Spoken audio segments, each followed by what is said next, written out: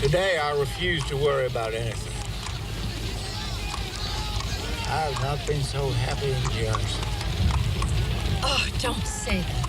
Why not if it's true? Because it's been saving.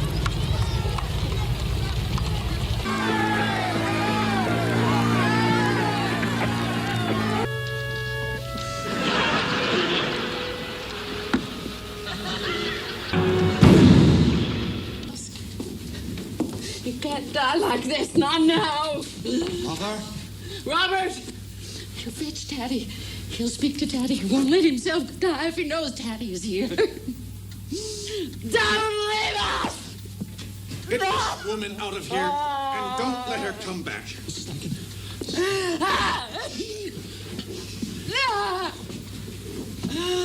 Oh, God! Do you think that first ladies have it rough in our modern times? Think about every criticism you've ever heard lobbed at a modern first lady. She's too ambitious, too outspoken, spends too much money on clothes. She doesn't smile enough. She smiles too much. She's not feminine enough.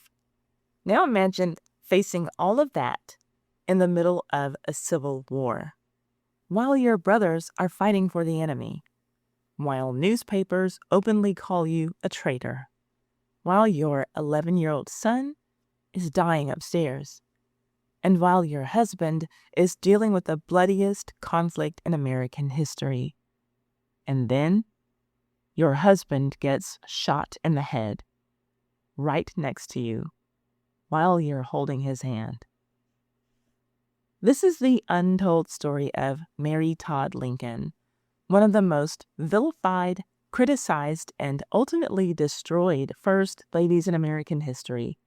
A woman who lost her mother at 6, lost 3 of her 4 sons, lost her husband to an assassin's bullet, lost her freedom to an insane asylum, and lost her reputation to a nation that seemed to hate her from the moment she stepped into the White House. But maybe, just maybe, Mary Todd Lincoln wasn't crazy like they said she was. Maybe she was traumatized. Maybe she was grieving. Maybe the science of the time just didn't have the vocabulary for whatever she was going through. And my Lord, was she going through a lot. Let's get into it.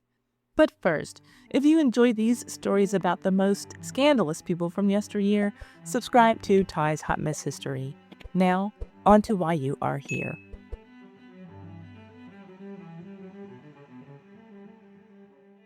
April 14th, 1865, Ford's Theater, Washington, D.C. It is a Friday evening, and for the first time in 4 years, President Abraham Lincoln is happy. The Civil War that nearly destroyed the country is effectively over. General Robert E. Lee surrendered just 5 days ago. The nation, or what remains of it, can finally begin to heal. And tonight, the president and his wife are doing something that they haven't done in what feels like forever. They're going on a date. Mary Lincoln has a migraine. She almost cancels. The headaches have been getting worse since her carriage accident 2 years ago, and tonight the pain is particularly vicious. But Abraham insists. The newspapers have already announced they'll be attending. The people expect it. Besides, he tells her, they need this. They need a night to just be a couple again. So Mary pushes through the pain. That's what she always does. They arrive late to Ford's Theater. The play, Our American Cousin, is already underway. When the audience spots them entering the presidential box, the orchestra stops mid-scene and strikes up Hail to the Chief. The crowd rises in applause. Mary and Abraham settle into their seats. Beside their guests, Major Henry Rathbone and his fiancée, Clara Harris. The play resumes. They're watching and holding hands after 23 years of marriage, after burying 2 children, after 4 years of bloody war, after all the fights, the separations, and the public humiliations. They're sitting in the dark, holding hands like teenagers. Mary leans in close and whispers to her husband. She's worried about what their guests might think of her being so affectionate in public. "What will Miss Harris think of my hanging on to you?" Abraham Lincoln smiles, unaware that these are the last words he will ever hear from his wife, and he replies his last words. "She won't think anything about it." At 10:15, a single gunshot explodes through the theater. John Wilkes Booth's Derringer finds its mark. A .44 caliber bullet enters the back of Lincoln's head, lodging behind his right eye. The president slumps forward. Mary screams, "They have shot the president!" The next several hours are a blur of horror. Lincoln is carried across the street to the Peterson house, where he is laid diagonally across a bed too short for his tall frame. Mary sits vigil through the night, alternating between numb silence and hysterical screaming. At some point, Secretary of War Edwin Stanton reportedly snaps at her, "Take that woman out and do not let her in again." At 7:22, the next morning, April 15, 1865, without ever having regained consciousness, Abraham Lincoln dies. Mary is not in the room. She is too distraught to witness the moment. It's not that she's a selfish wife. That's not why she's not at his side. It's just that by this time, Mary Todd Lincoln has already endured more loss than most people experience in a lifetime. By the time that bullet strikes her husband, she has already buried her mother, who died when Mary was 6, her son Eddie, who died at the very young age of 3, and another of her sons, Willie, who died at 11, and 3 of her half-brothers who, by the way, died fighting for the Confederacy against her husband's army. She is already broken, and she is about to spend the next 17 years being broken further by a nation that never loved her, a son who will betray her, and a world that will brand her insane for the crime of grieving too much publicly. But to understand how we get there, we need to go back to the beginning.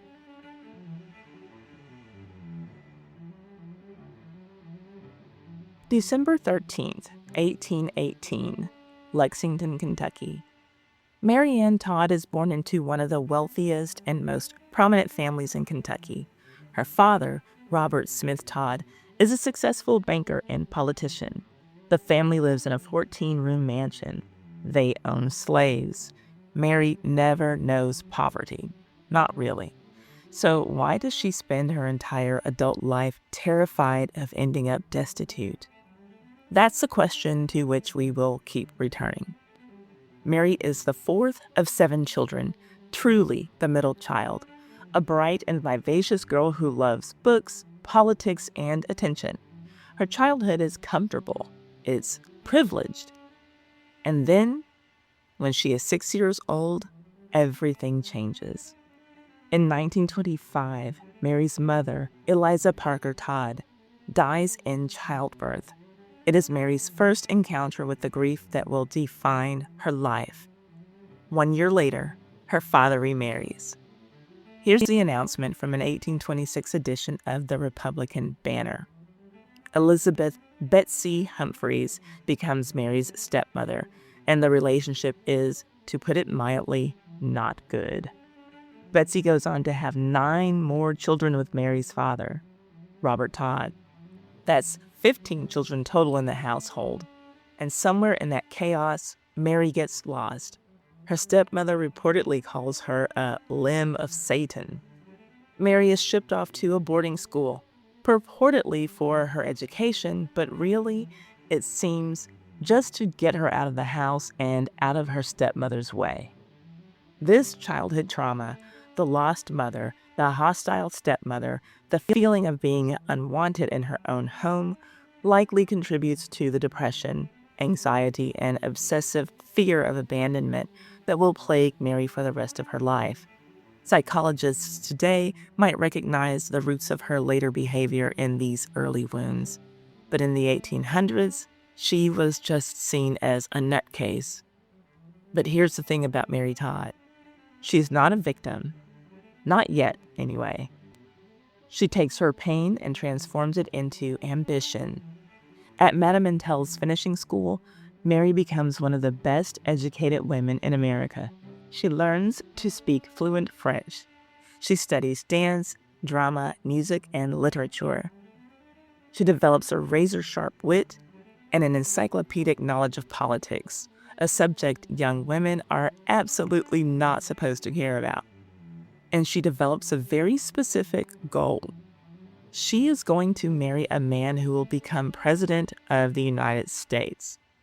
She says this out loud, multiple times. People laugh at her, but you and I know they won't be laughing for long.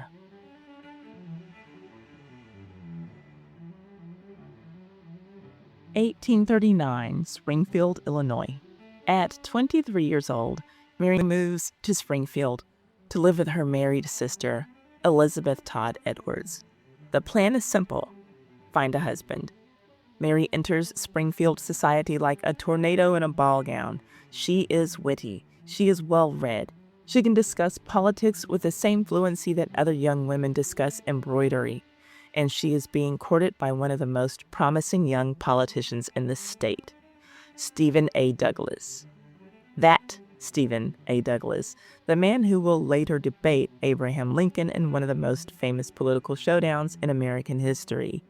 The man Lincoln will defeat for the presidency.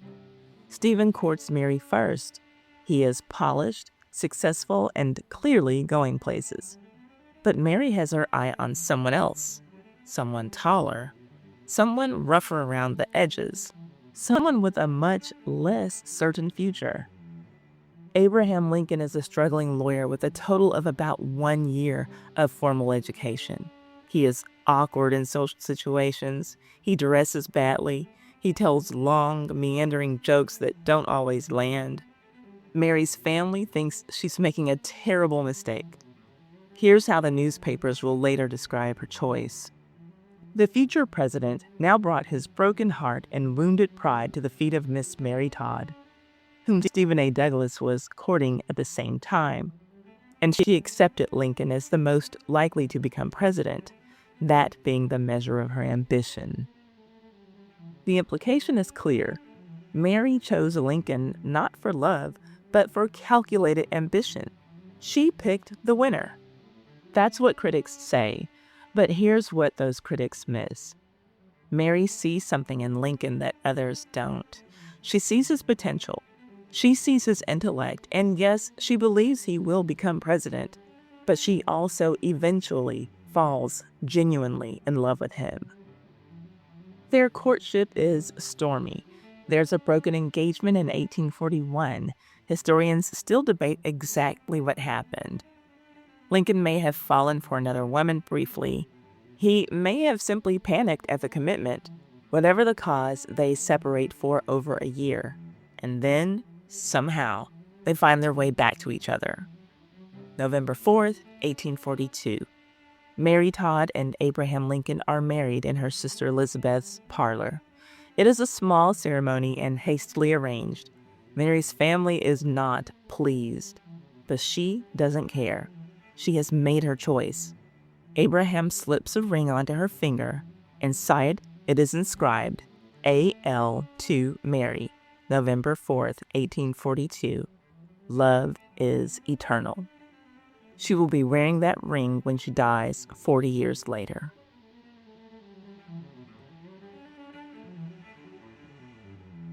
The Lincoln marriage is complicated. The children come quickly. Robert Todd Lincoln is born in August 1843. Edward Eddie Baker Lincoln arrives in March 1846. They are genuinely devoted to each other, but they are also two difficult people with clashing temperaments. Abraham is frequently absent, traveling the legal circuit for months at a time. Mary's left alone with the children, managing the household, battling loneliness, and what we would probably recognize today as clinical depression. She has severe migraines. She has mood swings. She has a temper that Abraham's law partner William Herndon, will later describe in unflattering detail. She is not an easy person to live with, but then again, neither is Abraham. Then, in February 1850, her second son, 3-year-old Eddie, dies. The cause is likely tuberculosis. Mary is devastated.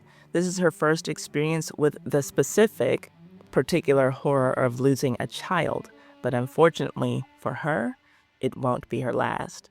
But for now, life goes on. In December 1850, just 10 months after Eddie's death, William Willie Wallace Lincoln is born. Thomas Todd Lincoln follows in April 1853. 4 sons. Only one of them will outlive his mother.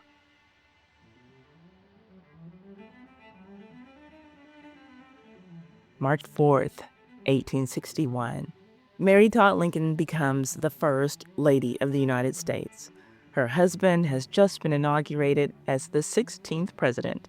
The country is tearing itself apart. 7 southern states have already seceded. War is coming. And from the very first moment, Washington society makes it clear: Mary Lincoln is not welcome here. The Norfolk Post would later print that, quote, Mary Lincoln was the most unpopular lady that has ever occupied the White House. She was haughty, silly, and extravagant and showy. End quote. Their criticisms are relentless and contradictory.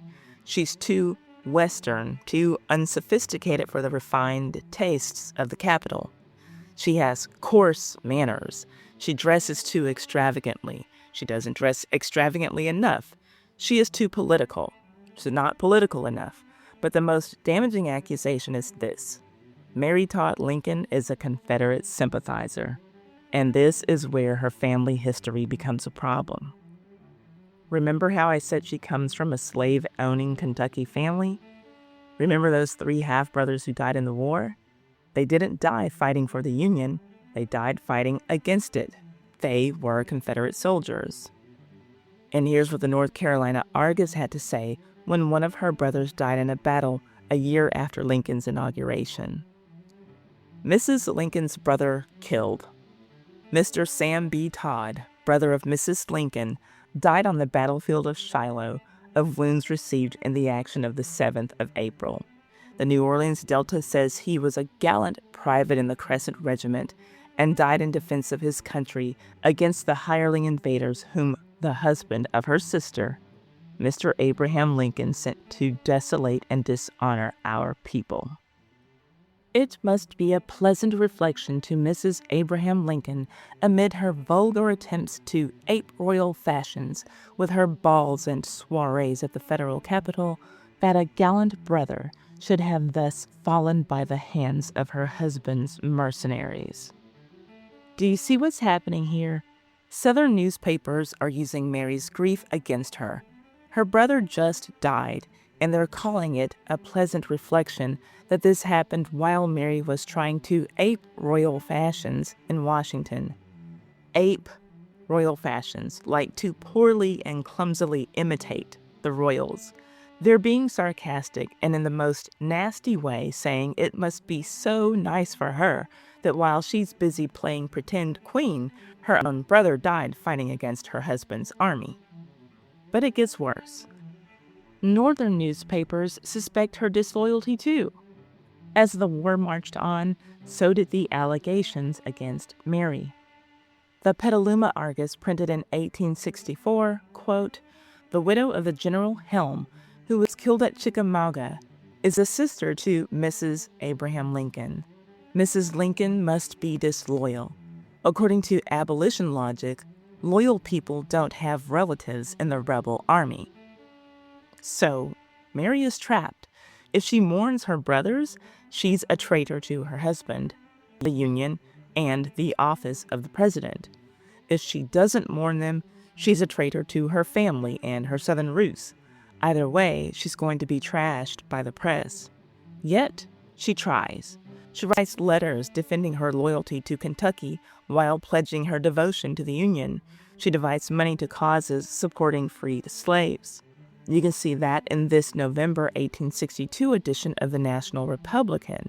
Quote, "The Anglo-African says that it learns from Mrs. Lizzie Keckley, the presiding officer of the Contraband Relief Association of Washington, that Mrs. Abraham Lincoln has made to her, within a day or two, the generous contribution of $200 for the relief of the suffering freedmen in and around Washington." But that's not enough. Nothing she does is ever enough. People either choose to believe that her true loyalties lie with the South or with the North. There is no nuance, and the criticisms keep coming. Now, before I get to Mary's out-of-control spending, I just want to tell you to keep Lizzie Keckley's name in your memory. She's not just a random mention in a newspaper. We'll circle back around to her in a moment that's not going to be pretty.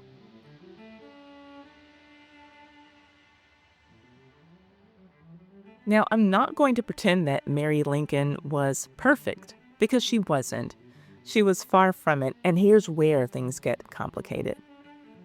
Congress appropriates $20,000 for renovations to the White House, a building that, to be fair, is in genuinely shabby condition. Mary takes on the project with enthusiasm, but perhaps too much enthusiasm. She massively overspends the budget. She buys expensive furnishings, china, clothes, and jewelry. She runs up credit at jewelers, particularly a shop called Galt and Brothers. She throws lavish balls during wartime, events that are seen as tone-deaf at best, obscene at worst. The Weekly Raleigh Register printed a story about it in an 1862 edition, and the writer did not hold back. The Yankee papers severely denounced the great ball recently given by that quintessence of parvenuism and vulgarity, Mrs. Abraham Lincoln. It was the first ball ever given at the White House, and the Yankee editors regarded and its reported splendors as a shameless outrage upon the country, now struggling at an expense of $2 million a day for its existence. So, parvenuism, that's another word for social climbing. Someone who suddenly acquires wealth and status, but supposedly lacks the proper manners to deserve it. It's a class-based insult, and it cuts deeply. Once again, Mary is portrayed as a hick who threw a good old-fashioned hoedown at the White House. Government officials reportedly tell the president that Mrs. Lincoln is involved in ethically insensitive conduct. There are allegations of financial fraud, false expense claims, kickbacks from contractors. Lincoln is furious and ashamed when he learns the extent of Mary's spending. But she's still his wife, so he has to protect her in some kind of way. So he comes up with an excuse for her. He says that her behavior is the result of partial insanity. Those were his words. Now, before we judge Mary too harshly, let's add some context. Yes, she overspent. By a lot. Yes, her timing was terrible. Actually, the worst. But also, she is a woman with no formal power, living in a world where her only avenue for influence is through domestic display. She's trying to prove that she belongs in Washington society, a society that has made it abundantly clear that she does not belong. Is she spending money to fill an emotional void? Probably. Is she using shopping as a coping mechanism for depression and anxiety? Almost certainly. Does that excuse the financial impropriety? Hell no. But it explains it. Her extreme spending does not come from nowhere. She has seen what happens to women who aren't perceived as belonging. She is trying to buy her way into acceptance.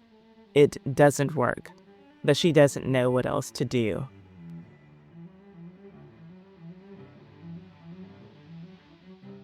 February 5th, 1862. Mary hosts a grand ball at the White House. She wears a half-mourning dress in respect to Queen Victoria, who recently lost her husband, the love of her life, Prince Albert. The event is criticized as extravagant during wartime. But Mary presses forward. She has something to prove. A lot of people know that, once again, she is trying to fit into this high society world. What no one knows is that upstairs, 11-year-old Willie Lincoln is burning with fever. Then 15 days after this grand ball, on February 20th, 1862, Willie dies. The cause is likely typhoid fever, contracted from the contaminated water supply at the White House. The Evening Star covers the tragedy the next day. Death of Willie Lincoln. The public rejoicings at the recent successes of the Union arms will be clouded by the intelligence of the death of the second son of the president, and the country will sympathize with the bereaved parents in such a heavy affliction.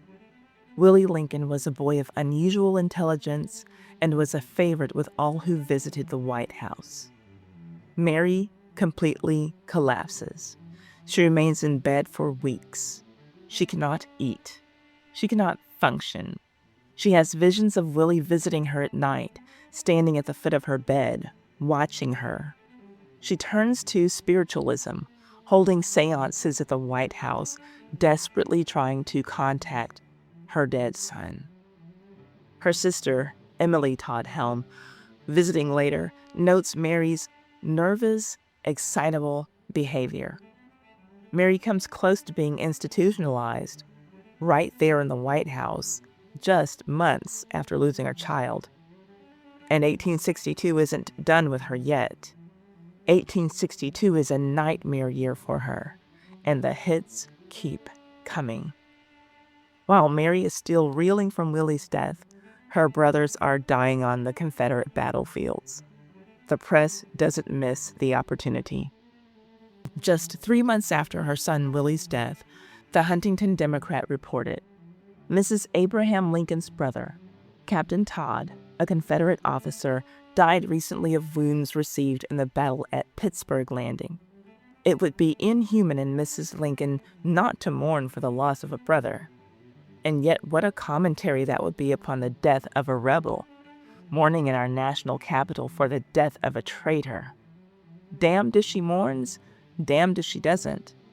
But she won't get to stop mourning anytime soon because, like I said, 1862 was a nightmare. Another brother dies just a few months later. The St. Louis Globe-Democrat told the story. Mrs. Lincoln's brother killed, a brother of Mrs. Abraham Lincoln, Captain Alex H. Todd, who was in the rebel army, was killed in the late fight at Baton Rouge. Another day, another death.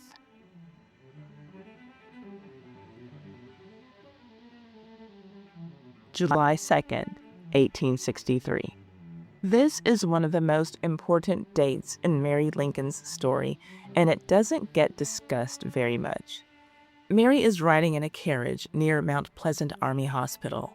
Suddenly, the driver's seat becomes loose. Some historians believe this was sabotage, an assassination attempt on the president who was supposed to be in the carriage that day. The horses bolt. Mary leaps from the moving carriage to save herself and hits her head on a sharp stone. The wound is deep. She bleeds heavily. She is taken to Carver Army Hospital where Dr. Judson C. Nelson treats her. The wound becomes infected, a common and dangerous complication in the Civil War era. Mary is bedridden for 3 weeks. Lincoln telegraphs their son, Robert, dramatically understating the severity. The telegraph reads, "Your mother very slightly hurt by her fall." That's it. But it is not slight. According to Robert, Mary never fully recovered from her head injury. Her migraines become more frequent and severe. Her behavior becomes more erratic. Modern historians have speculated that she may have suffered traumatic brain injury, damage that would have gone undiagnosed and untreated in the 1860s. And here's what makes this even more heartbreaking. While Mary is lying injured, Lincoln barely has time to visit her.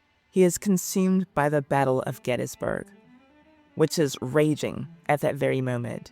He is being president Lincoln right now. The fate of the nation hangs in the balance, so his wife's head wound has to wait. This deepens Mary's sense of isolation and fear. She is alone, she is suffering, and no one seems to care.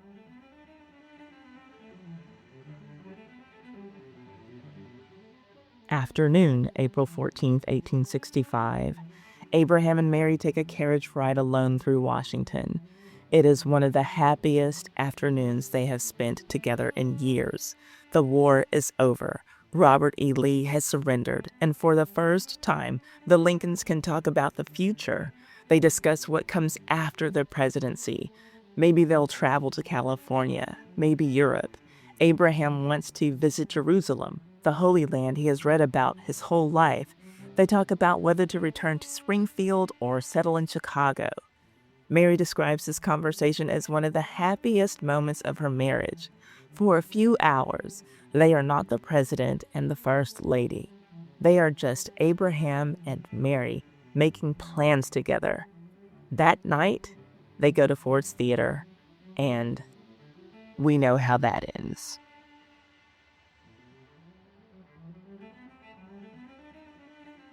Mary is so grief-stricken that she cannot attend her husband's funeral.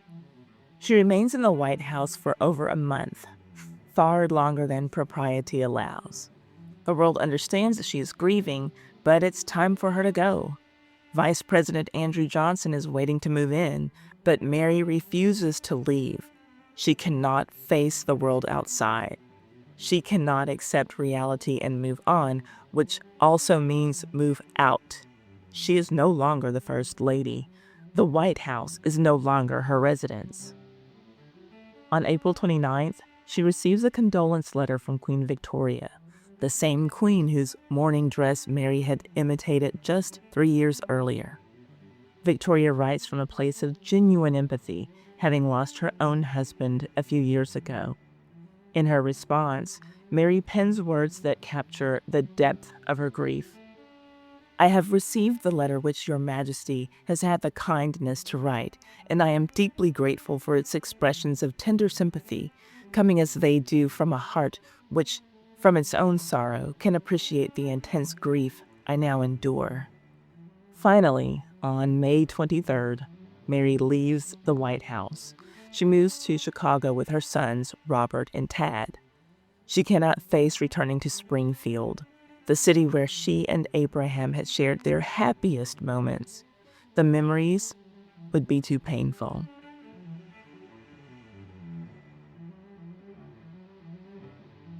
Abraham Lincoln has left Mary a very sad woman and a relatively wealthy one.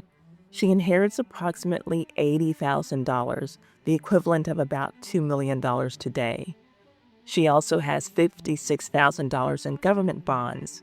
She is not poor by any stretch of the imagination, but Mary is convinced she is about to become destitute. This is not rational. Objectively, she has more than enough money to live comfortably for the rest of her life, but the terror of poverty is overwhelming and constant. She obsesses over money. She hoards. She writes letters begging for financial assistance to anyone who will listen. Why? Well, historians have offered various explanations. Childhood trauma from feeling unwanted in her father's home, the general precarity of women's financial positions of the 19th century. She isn't the average widow whose husband has left her with nothing, or even worse, in debt. She's in no danger of being out on the streets, but she thinks she is. Possible mental illness exacerbated by grief and the head injury can explain this new, unlocked fear of hers. But maybe it's just all of it. Mary has lived a lifetime of grief in the past 4 years. Whatever the cause, Mary's financial anxiety will lead her to make some very questionable decisions in the coming years.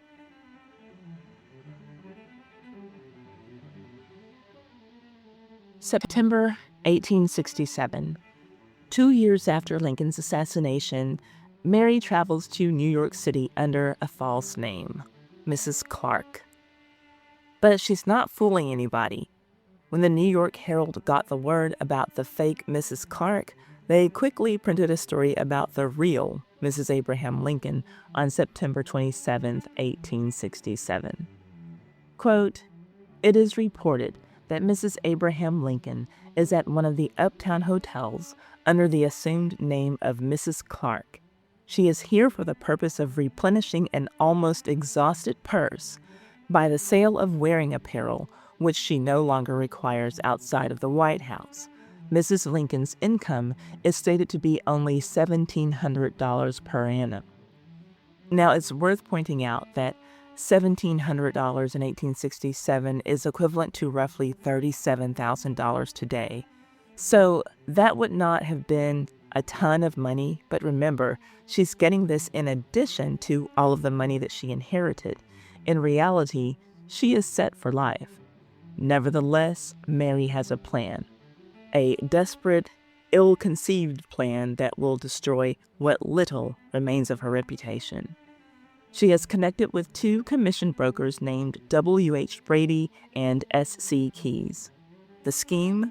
Sell her expensive White House wardrobe, the very clothes that caused so much controversy during the war.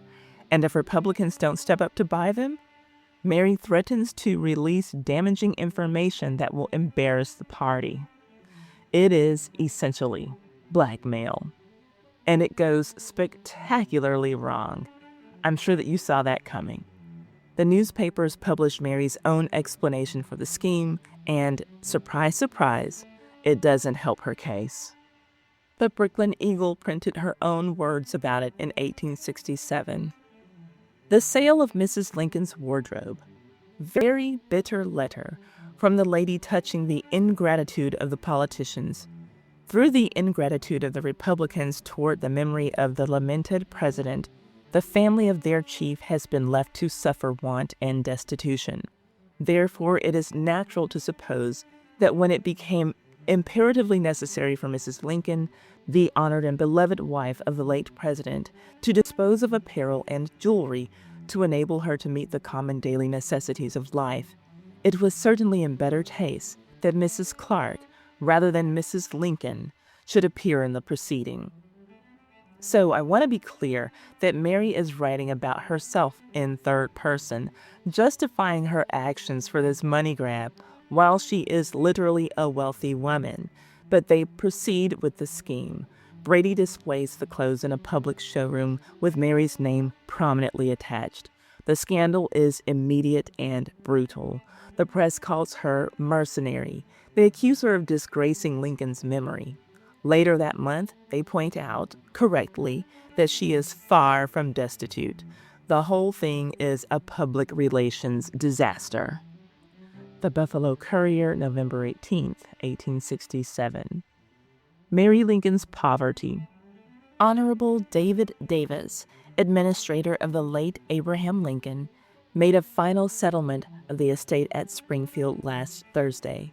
After paying all the debts, there remained $110,294.62, which divided among the widow and heirs gives $36,765.30 to Mrs. Lincoln and the same amount to each son. Now the public had proof that Mary was not only okay, but way better off than most of the American public. So her scheme fails. Mary raises almost no money. Her reputation lies in tatters, and the newspapers publish her desperate letters, exposing her private thoughts to national ridicule.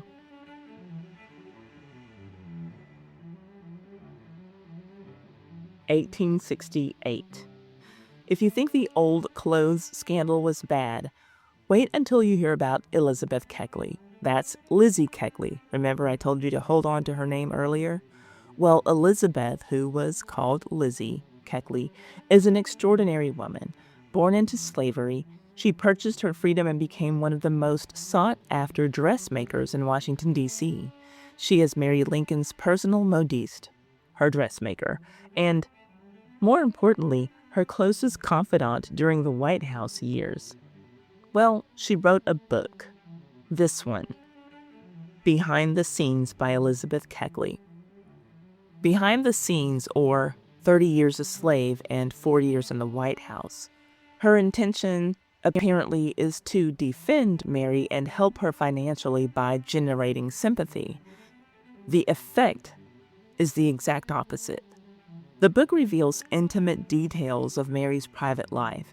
It includes Mary's personal letters, desperate, embarrassing letters begging Elizabeth for help during the old clothes scandal. It describes private moments in the Lincoln marriage. It violates every norm of Victorian privacy. And to put it more frankly, it makes some white people question whether Black women should even be allowed to read and write if this is what they're going to do with the privilege. You know, tear down and expose the white women they work for, even though that was not Lizzie's intention at all. Here's what a reviewer had to say about the book in the Springfield Daily Republican in April of 1868. A fresh book of scandal. If all of the lately emancipated Black women of the South are at liberty to improve their freedom and the education it is proposed to give them in writing up what their past or present mistresses may say while combing their back hair in the privacy of their own apartments, it may well be questioned whether the magnificent endowment of Mr. Peabody is not more of a curse than a blessing. Now, when this writer speaks of Mr. Peabody, the writer is referring to George Peabody, who had just donated $2 million to educate Southerners the year before. And this reviewer is suggesting that teaching Black women to read and write might be a curse if they're going to use it like this. But the truth was that Mr. Peabody's donation went to already existing schools, so less than 7% of that $2 million was used to educate Black students. So you see what's happening here.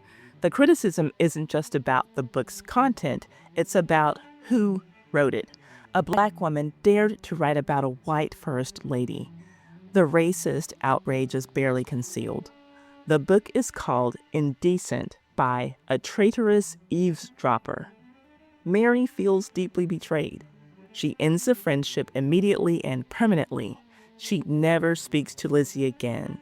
And the book is a commercial failure. Robert Lincoln may have worked to suppress its distribution. Copies are pulled from bookstore shelves. Lizzie loses most of her white customers. Her dressmaking business is ruined. Both women's reputations are destroyed. No one wins. But Lizzie loses more. And sadly, she really was just trying to help Mary. But soon enough, Mary will be looking for financial help from another source.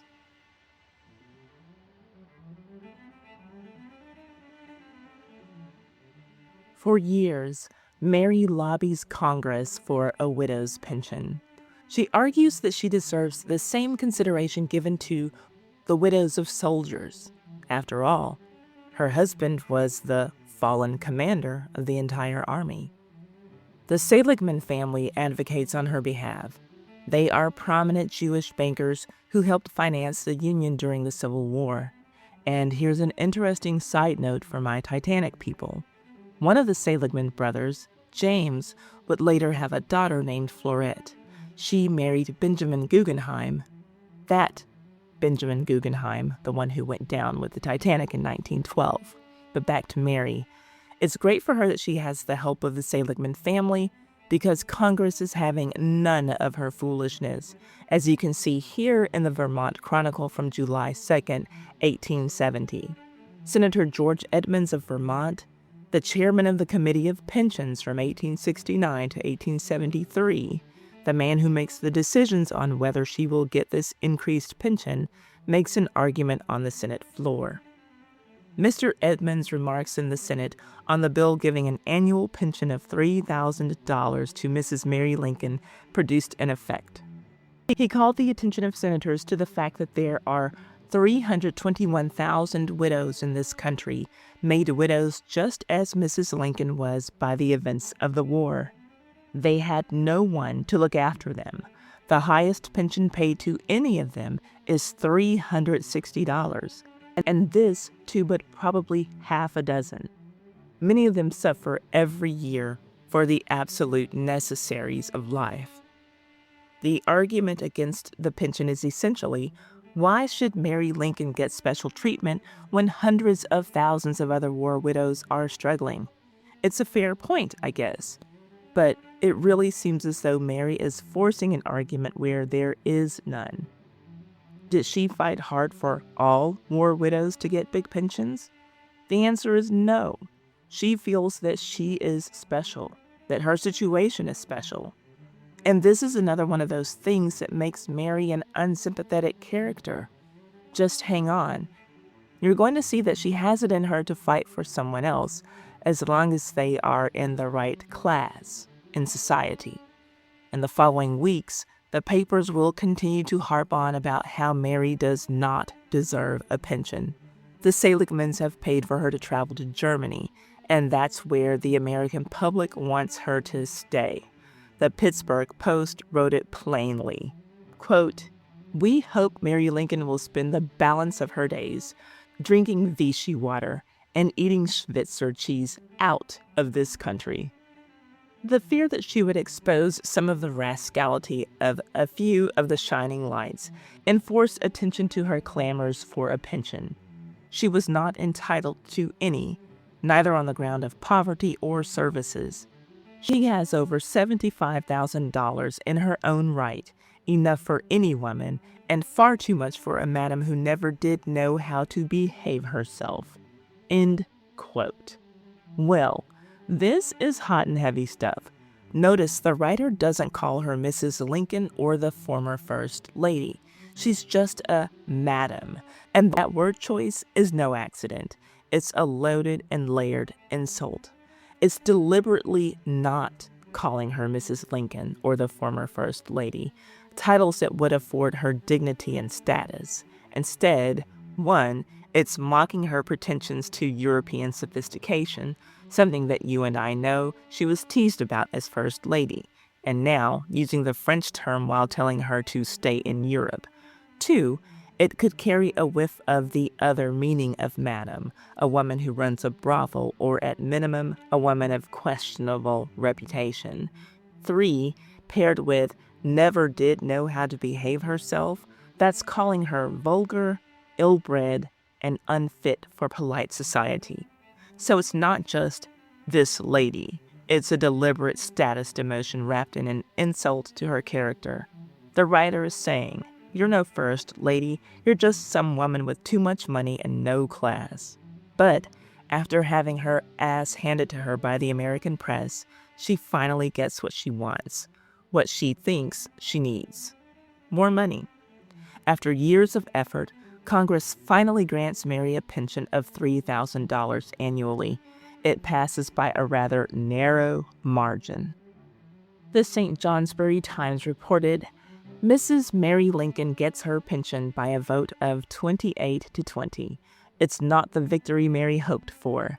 The amount is less than she wanted. The vote was close, and the public debate has once again dragged her name through the mud. End quote. And no wonder. That's $75,000 a year in today's money. You can imagine that a nation full of people who are hurting financially after a war don't think that this already rich woman needs all of that money, guaranteed every year. But Mary's financial victories don't outweigh her personal losses, and she's headed for some more.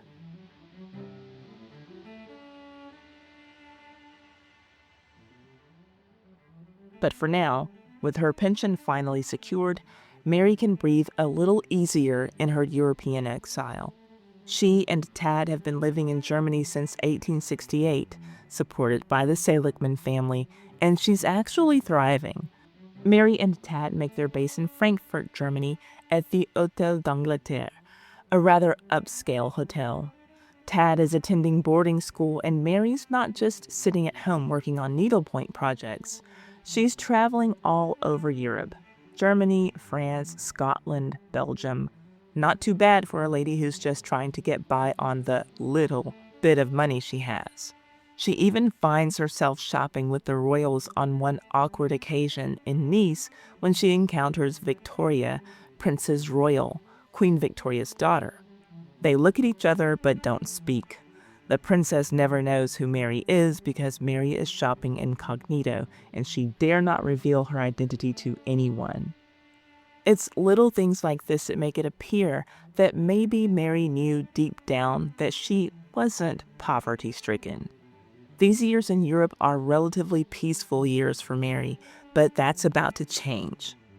May 1871, Mary and Tad sail back to America.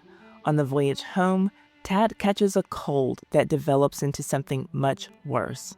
At first, it looks like pleurisy, a painful condition caused by inflammation of the membrane surrounding the lungs, or tuberculosis.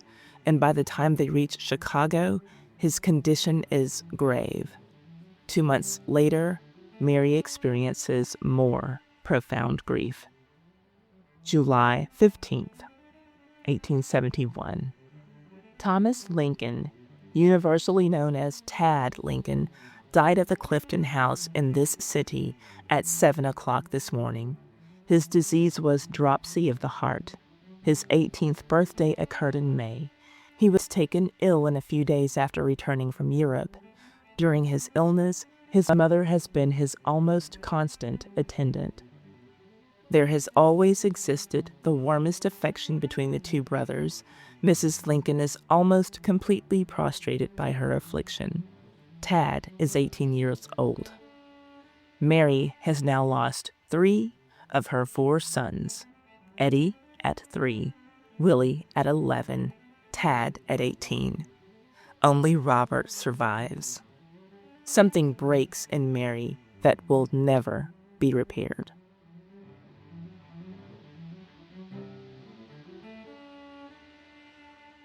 After Tad's death, Mary's behavior becomes increasingly erratic. She is paranoid. She believes someone will murder her. She carries $56,000 to $57,000 in bonds sewn into her petticoats, terrified that her money will be stolen, yet simultaneously convinced she is impoverished. Her shopping becomes compulsive. She buys items in bulk that she will never use. 8 pairs of lace curtains for windows she doesn't even have. She stays in hotels, checking in and out erratically, moving from place to place. She wanders the streets at night in her nightgown. She sees visions and hears voices. She looks out of her window and she sees smoke rising from a chimney, then screams that Chicago is burning again, referring to the Great Chicago Fire of 1871 that killed approximately 300 people. Most disturbing of all, she tells doctors that she believes an Indian spirit is removing the bones from her face, that wires are being pulled out of her eyes. Modern historians and psychiatrists have offered various diagnoses: bipolar disorder, major depression, possibly pernicious anemia, possibly long-term effects from her 1863 head injury. Whatever the clinical explanation, Mary is clearly suffering. Robert Lincoln watches his mother with growing alarm and embarrassment. And then there's the ghost photograph.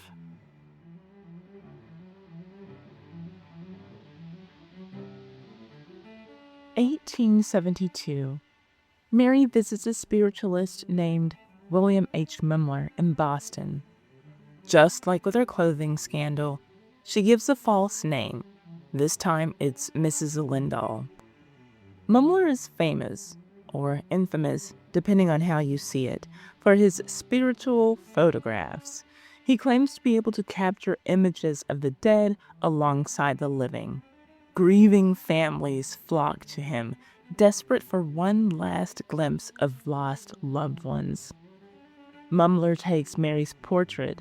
When the photograph is developed, there appears to be a ghostly figure standing behind her, hands resting on her shoulders. It is Abraham Lincoln, or so William Mumler claims. Mary is reportedly overwhelmed. Finally, proof that her husband's spirit is still with her. Finally, confirmation that he has not truly left.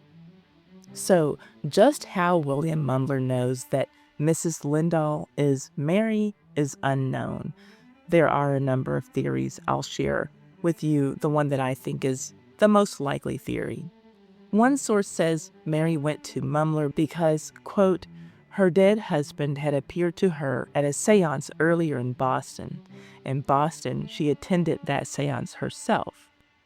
That medium told Mary she should visit Mumler's studio, end quote. And in those days, to keep up their act and to keep the money flowing, mediums and psychics often shared information about wealthy clients. You know, like, if you don't want to take my word for it, go see Madam such and such or the great blah blah blah. He'll tell you. Then that way, the wealthy client gets double confirmation from two sources who knew nothing about what the other one had said. Wink, wink. So in Mary's case, that Boston medium may have sent word ahead to William Mumler. Or maybe Mary went straight to him on her own because of his well-known reputation, his bad reputation. Here's what I mean. I feel like Mary was looking for the answer that she wanted to hear, and William Mumler had already been exposed as a fraud in 1868. P.T. Barnum, as in Barnum and Bailey Circus, exposed William Mumler at his eventual fraud trial a few years before Mary met him. Barnum demonstrated the technique that William Mumler used. It was a simple double exposure, created by using a previously prepared glass plate featuring the image of the quote-unquote ghost. Mumler had access to photographs of Abraham Lincoln. The rest was darkroom trickery. Even though William was acquitted, by the end of his trial, his technique of contacting the dead was well known. So perhaps Mary so desperately wanted to believe she could contact Abraham that she intentionally fell for a con artist. Her grief made her vulnerable, and someone exploited that vulnerability for profit. Now, the photograph of the fake ghost of Abraham Lincoln still exists today, housed at the Allen County Public Library in Fort Wayne, Indiana, and we all know that it's a hoax. Whether Mary knows this or not in the early 1870s is still a mystery, but this will not be the last time that someone exploits Mary.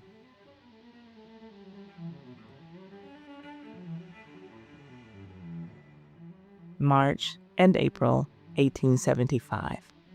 Robert Lincoln, Mary's only living son, hires Pinkerton detectives to follow his mother. They document her erratic behavior, her compulsive shopping, her paranoid statements, and her midnight wanderings. Robert consults with doctors who declare Mary insane without ever examining her personally. Why? Because he is planning to have his mother institutionalized without her knowledge. May 19th, 1875, morning. Mary is summoned to the Cook County Courthouse in Chicago. She has no idea what is happening. She thinks it might be about finances. When she arrives, she discovers that she is on trial for insanity. 17 witnesses testify against Mary. Hotel staff describe her wandering and paranoia. Shopkeepers describe her obsessive purchasing. Doctors who have never examined her declare her insane based on second-hand reports. Mary is not allowed to testify in her own defense. No defense witnesses are called on her behalf. Her own son, Robert Todd Lincoln, is the one who filed the petition. The jury deliberates for 10 minutes. The verdict? Insane. Mary has been declared legally incompetent. Robert is appointed conservator of her estate. He now controls her money, the very money she has been so terrified of losing since she was in the White House.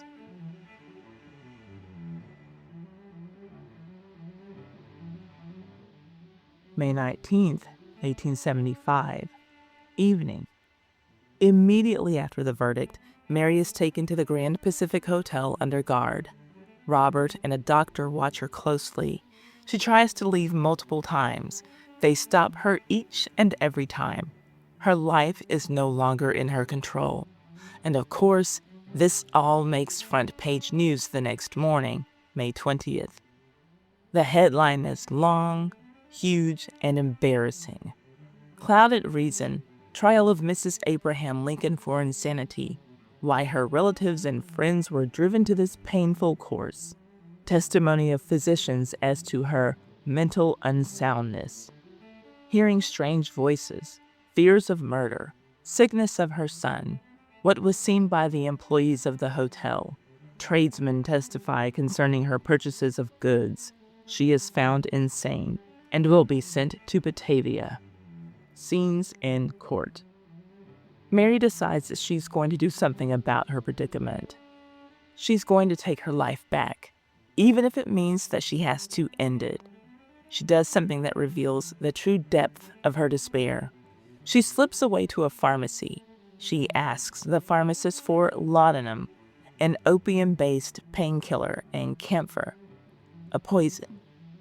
The same drug that, before her husband's Civil War, was used by slaveholders to sedate unruly slaves.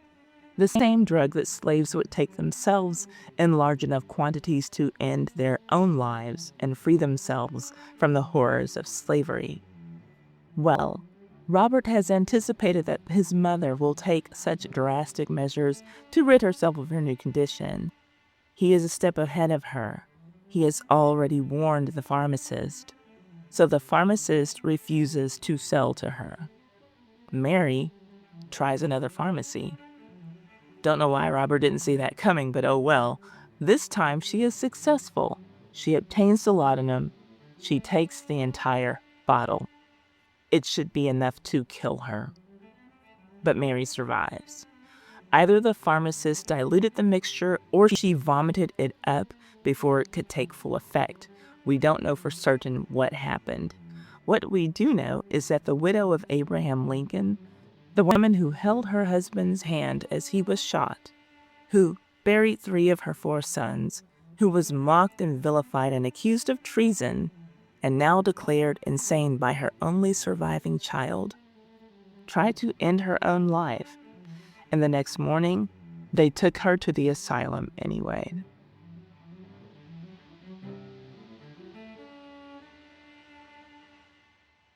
May 20th, 1875, Mary is taken by train to Batavia, Illinois, and committed to Bellevue Place, a private sanitarium for women run by Dr. Richard Patterson. It is, by the standards of the time, a relatively comfortable facility.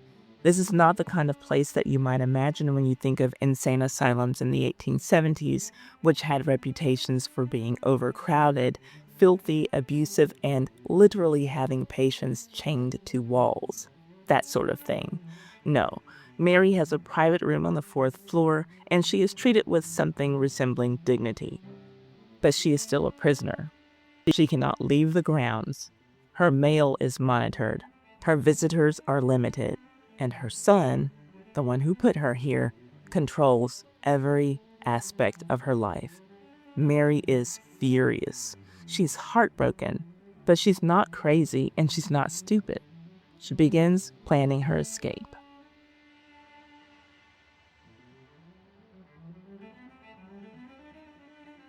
Summer 1875. Mary befriends another patient at Bellevue Place. Through this woman, she begins smuggling letters out of the facility. The letters are addressed to Myra Bradwell. Now, Myra Bradwell is one of the most remarkable women of the 19th century. She's a pioneering lawyer who had to fight all the way to the Supreme Court just for the right to practice law. She lost that case. The Supreme Court ruled that women could be excluded from the legal profession, but she kept fighting. In the meantime, she publishes a legal newspaper. She is a feminist and women's rights advocate. And even though she's not allowed to practice law herself, she's about to help Mary Todd Lincoln fight for her freedom. Myra and her husband, James Bradwell, who is a licensed attorney, take up Mary's case. They work with her sister, Elizabeth Edwards, who agrees to take Mary in if she can be released. Then something happens in plain sight. September 10th and 11th, 1875. From the Pantograph. Illinois News. Mrs. Mary Lincoln arrived at Springfield on Saturday morning in charge of her son, Robert. She is to be the guest of her sister, Mrs. Edwards, and it is hoped that she will be improved by her stay. She is not regarded as being any better in mind than when she first went to Batavia. The official story is that Mary is simply being transferred to her sister's care. The reality is more dramatic. Mary claims she is going for a carriage ride. Instead, she boards a train to Chicago. She meets with the Bradwells. They escort her to Springfield, where she takes refuge with Elizabeth. Mary has escaped from the asylum. Plain and simple, a woman declared legally insane by a court, confined to an asylum, monitored at all times, and she orchestrated her own escape through secret letters, strategic alliances, and careful planning. Does that sound like the work of an insane person? You decide.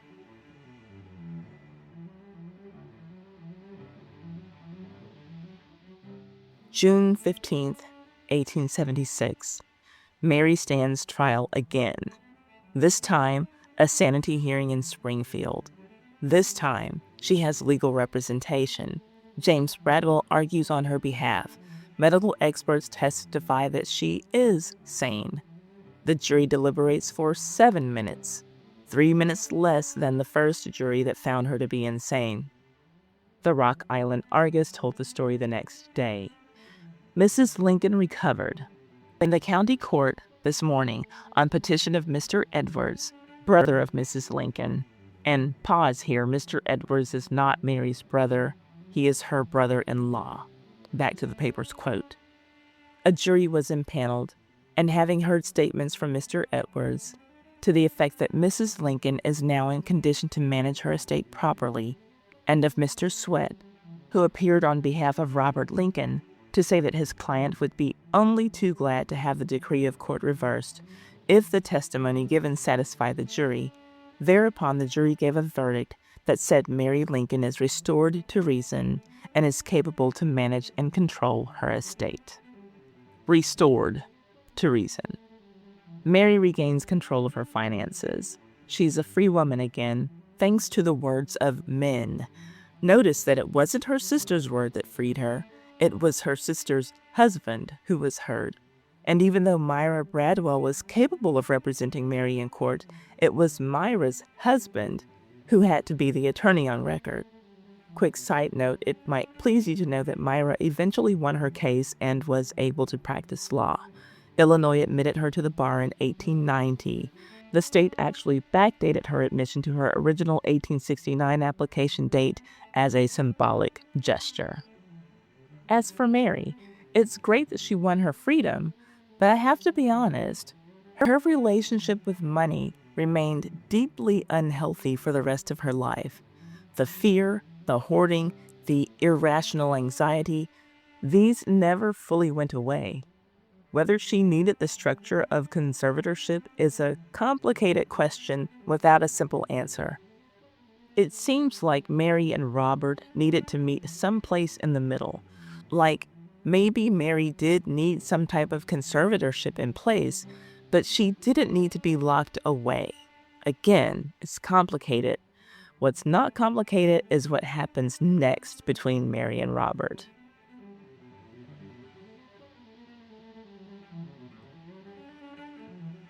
Mary never forgives Robert. She demands the return of every possession he held during his conservatorship. She exchanges bitter letters with him, accusing him of theft and betrayal. She claims he had her committed just so he could steal money. Robert tries to reconcile.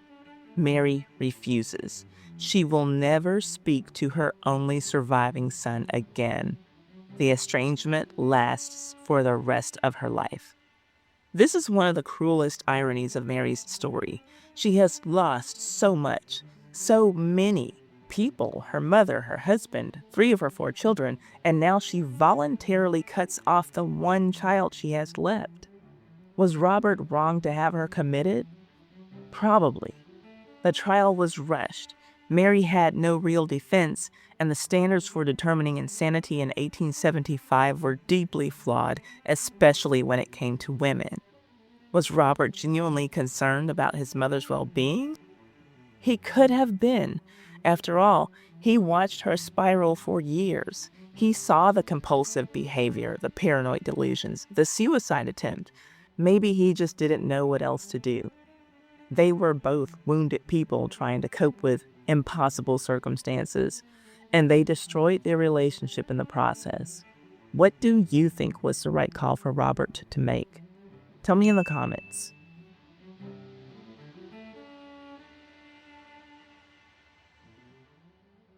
October 1876. Mary cannot face life in America. She fears Robert will try to institutionalize her again, so she sails for Europe, her second exile. She settles in Pau, France, a small town in the south near the Pyrenees Mountains. She lives in a modest boarding house. She continues her excessive shopping. But there's a problem. Her eyesight is failing.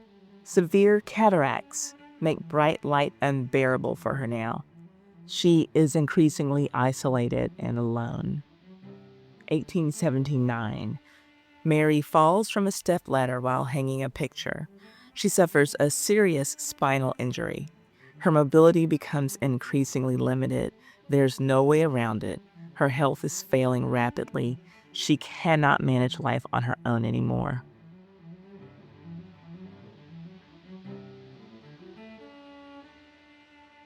October 1880. Mary returns to Springfield. She moves into her sister's home, the same house in which she married Abraham Lincoln 38 years earlier. But the bright days of the 1840s are long gone. Now she is confined to a darkened room.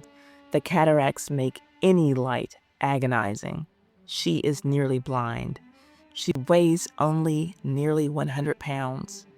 She is partially paralyzed from her fall, and still she obsesses over her possessions and money. She is surrounded by trunks full of things, clothing, jewelry, cash, and the accumulated purchases of decades. She cannot let go. Robert lives nearby in Chicago. Less than 200 miles separate them physically, but the emotional scars have not healed, and I can't rewrite their ending. I already told you that Mary never spoke to Robert again, and even at this point, they do not reconcile. Not even after this headline, which Robert surely would have seen. From the Evening Mail on June 22, 1881. Lincoln's widow, Mrs. Mary Todd Lincoln, the widow of the assassinated president, is dying at her residence in Springfield. She's dying comparatively alone and unfriended. Her death will be a relief to her. For many years, her life has been wretched, overclouded by the shadow of mental weakness, and soured by the desertion or the animosity of the friends upon whom she relied for sympathy and support. It goes on to say, after her death, we shall probably have a gush of sentiment over her. You see that? Probably. The paper speculates that the nation might mourn her loss. Even in what everyone assumes are her final days, the lack of concern for her persists. 1881. President James Garfield is shot in an assassination attempt on July 2nd. He hangs on for dear life and finally succumbs to his wounds 79 days later on September 19th. So, remember when I said that Mary would fight for someone else if they were in the right class? Here it is, but I should be clear, I was being generous. She's getting ready to fight, but not really for First Lady Lucretia Garfield. She's going to use Lucretia's new pension, $5,000, as a bargaining chip to get more money for herself. You heard me correctly. Mary, from her sickbed, lobbies for an increased pension. She uses President Garfield's widow as a comparison. If Lucretia Garfield deserves support, don't I? Here's the thing. The public actually likes Lucretia Garfield. She's sympathetic. She nursed her dying husband for 97 days. Mary couldn't even stand to be in the same room with President Lincoln when he was dying, remember? So now, when it comes to First Lady Garfield, Americans are so moved by her loss that businessman Cyrus W. Field organizes a public donation drive that raises nearly $360,000 for the widow and her children. On top of that, Congress grants her a $5,000 annual pension, $2,000 more than was granted to Mary. Mary Todd Lincoln got no such public outpouring. The nation didn't donate a dime to her. But she sees what Congress is doing for Lucretia, and she wants the same treatment. If the new presidential widow deserves $5,000 a year, don't I deserve that much? Congress agrees. They increase her pension to $5,000 per year, matching Lucretia's, plus an extra lump sum of $15,000. Mary gets the money, but she'll never get what Lucretia had, the sympathy of a nation, or a six-figure payday, nowhere near the $360,000 that First Lady Lucretia Garfield received. But Mary did get a little something more out of the deal. You can see here in this article from the Rock Island Argus. Congress ordained that all letters and packages carried by post to and from Mary Lincoln, widow of the late Abraham Lincoln, will be carried free of postage during her natural life. So there, at least Congress gave her free postage for life. A very small consolation, especially considering that she was at the end of her life, but many would say it's more than she deserves for being so money hungry.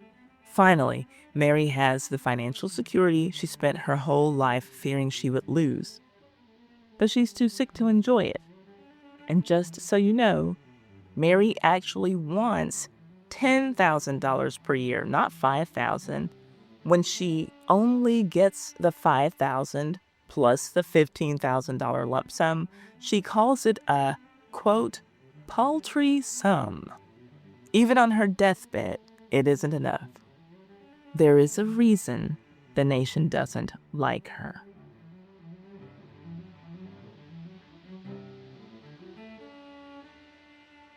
July 15th, 1882. Mary suffers a stroke, and she lapses into a coma. The date is an eerie coincidence. It is exactly 7 years to the day since Tad died.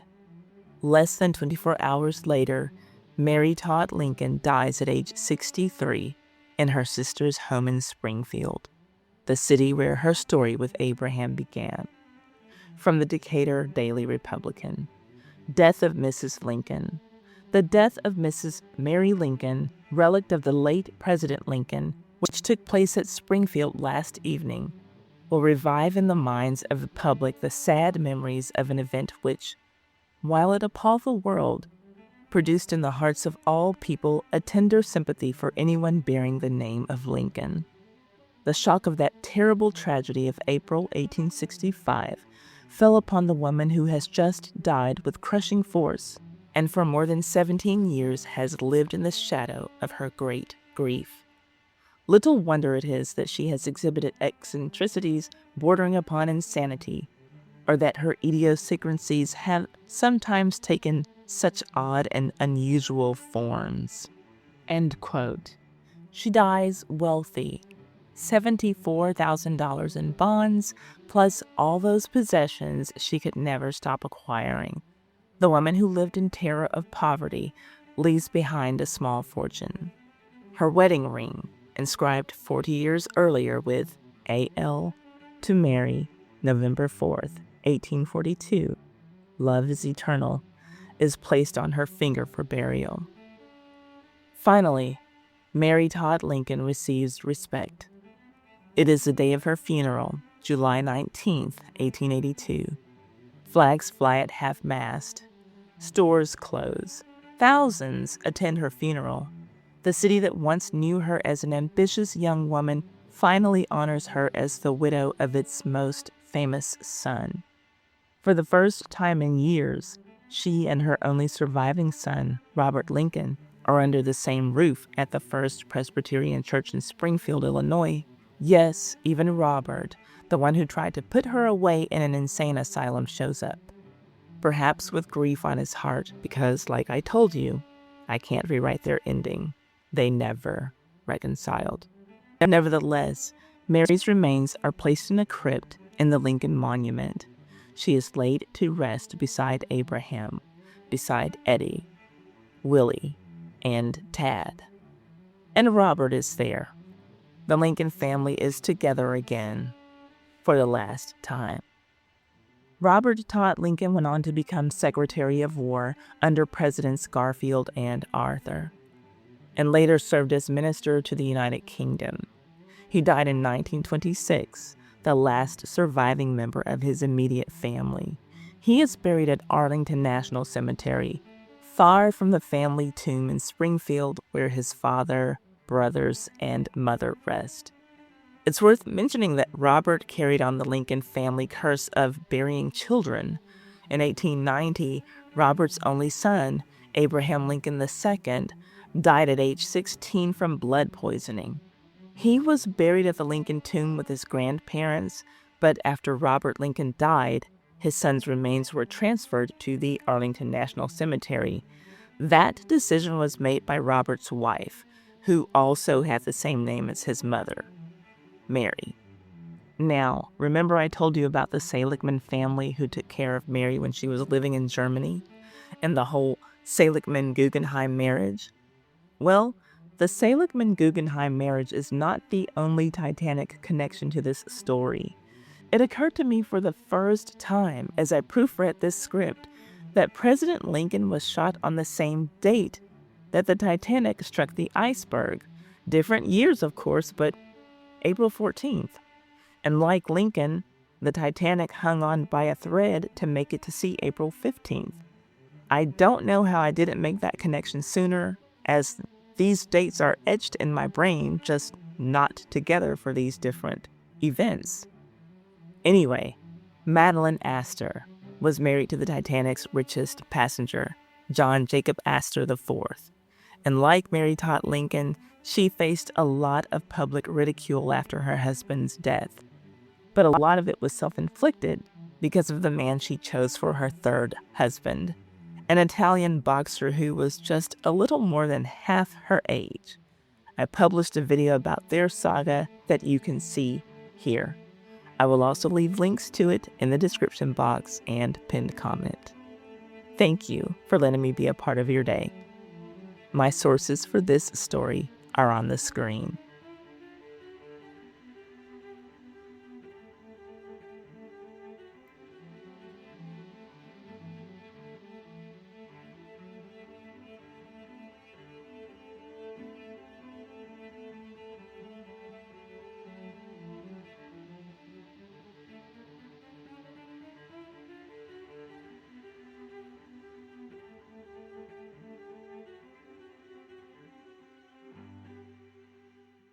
This video has been brought to you by me.